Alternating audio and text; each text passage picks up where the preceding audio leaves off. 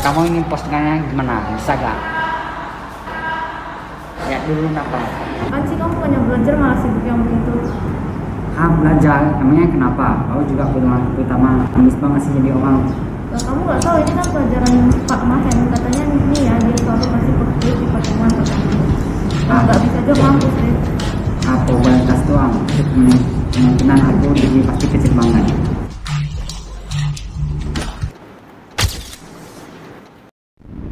Selamat siang semuanya. Untuk absen nomor 3, apa pengertian kesenjangan sosial?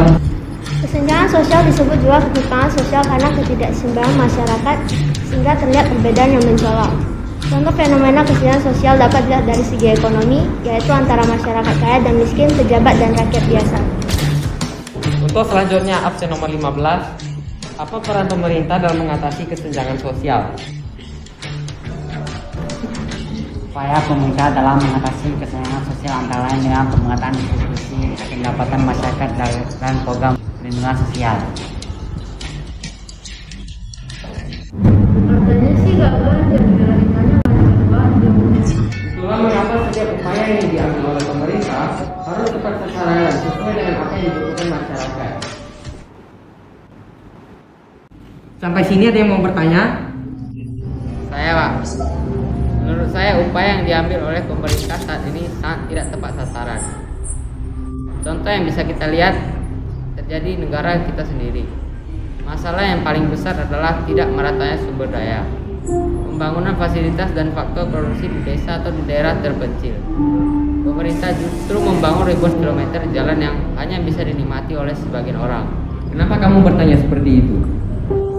Karena saya merasa adanya ketidakadilan yang sangat besar yang dirasakan oleh orang-orang yang tidak mampu. Ketidakadilan. Kalau Bapak sekarang minta kau keluar dari kelas ini, terima tidak? Saya tidak terima, Pak. Saya membayar uang belajar yang sama dengan teman-teman saya di sini. Dan belajar adalah hak yang harus saya dapatkan.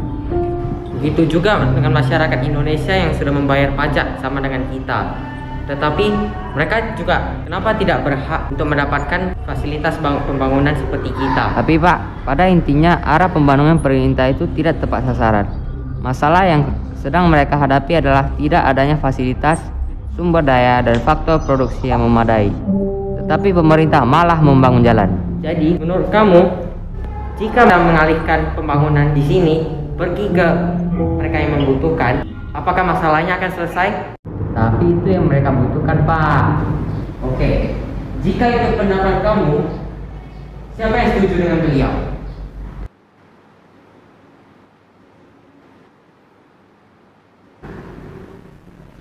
Kenapa kamu tidak setuju?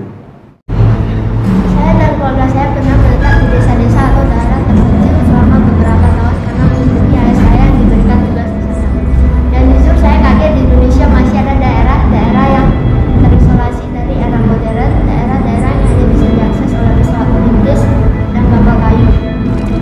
Penduduk di daerah ini sangat sulit mendapatkan bantuan di saat mereka sedang kesulitan.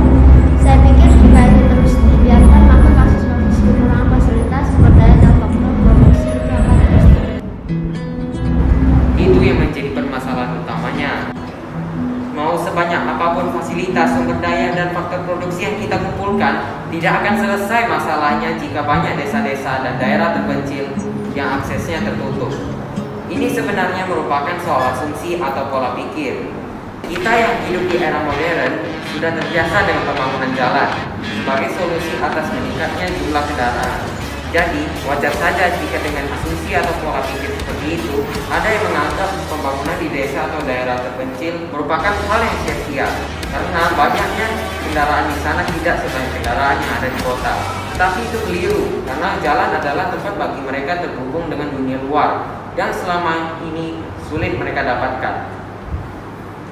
Ada pertanyaan lain? Tidak, Pak. Saya minta maaf. Jangan minta maaf. Ini negara berbentuk pemerintahan, bukan tirani. Itulah yang saya harapkan dari seluruh siswa, memiliki kemampuan untuk memecahkan permasalahan, mempersoalkan atau mempertanyakan sesuatu hal. Tetapi, alangkah baiknya jika sifat itu dibekali dengan pengetahuan yang mampu menangkap sesuatu dengan baik. Untuk inilah kalian belajar di sini. Oke, cukup penjelasannya. Catat informasi ini.